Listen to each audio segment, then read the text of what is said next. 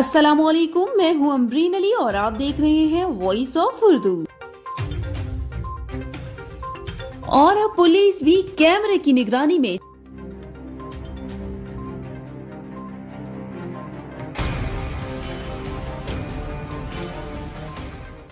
जी हां, पुलिस की कारकर्दगी और इन पर नजर रखने के लिए मर्दान के तमाम थानों में जदीद सीसीटीवी कैमरे नस्ब कर दी गए। तफसीलात फजले हक की इस रिपोर्ट में।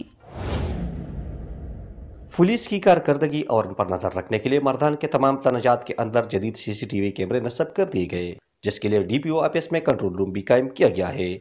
कैमरों की तनसीब से पुलिस की नकल हरकत और कारकर्दगी का जायजा लिया जा सकेगा।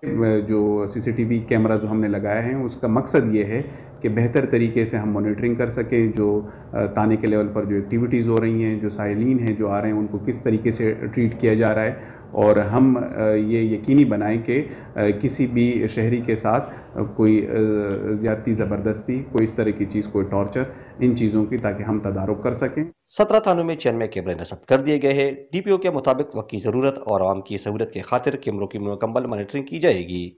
17 हमारे पुलिस स्टेशन हैं, तो 17 पुलिस स्टेशन में हमने सीसीटीवी कैमरास जो हैं वो इंस्टॉल कर लिए हैं। ये सीसीटीवी कैमरास जो रोज़नामचा है हमारा, एसएचओ का ऑफिस है, जो हवालात हैं उन सबको ये कवर करते हैं, और उनकी लाइव फीड जो है वो डीपीओ ऑफिस में, डीआईजी ऑफिस में और इवन आईजी ऑफिस में, अगर वो उनको देखना चाहें तो वो उसमें उसको मॉनिटर कर सकते हैं। या इसका एक कंट्रोल रूम जो है वो डीपीओ ऑफिस मर्दान में अवेलेबल है। कैमरों के जरिए आईजी और डीआईजी को रोजाना की बुनियाद पर रिपोर्ट भी भेजी जाएगी।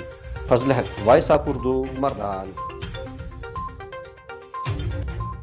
मजीद खबरों के लिए विजिट कीजिए हमारी वेबसाइट www.voiceofurdunews.nl या फेसबुक पेज पर क्लिक करें। आप हमारे यूट्यूब पेज को सब्सक्राइब करके भी मजीद वीडियोस देख सकते हैं।